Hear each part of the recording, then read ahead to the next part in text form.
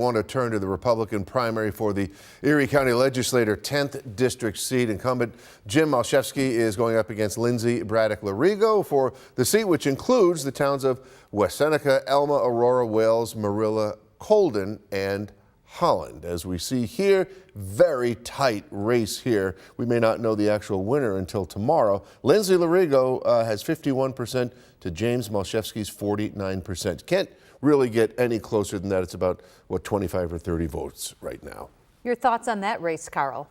Yeah, that's too close to call tonight. Remember, those two people are also involved in a primary for the Conservative Party endorsement, and on that line, it looks like Larigo has won that line. So it could be a situation where if Malchevsky wins the Republican primary, you've got a Republican and a Conservative splitting the vote. That could help the Democrats. But I'm not surprised that Lindsay Larigo won the Conservative primary. Her father-in-law is Ralph Larigo, the chair of the Conservative Party.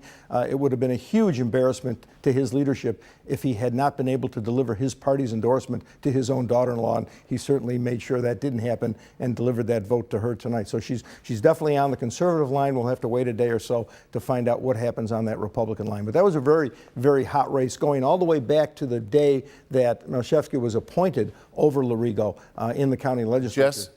Jess, I know real quickly, I know you and I were talking, you really think that the dates of these primaries need to be changed, correct? Yeah, I mean, I don't think they need to be changed, but I think that there's definitely some certain considerations. One point to bring up, I think, too, about the 10th legislative district race is that, don't forget, reapportionment happened, redistricting happened, and so that district actually includes municipalities that weren't typically covered by that particular legislator, which I think can throw kind of some monkey wrench into the situation.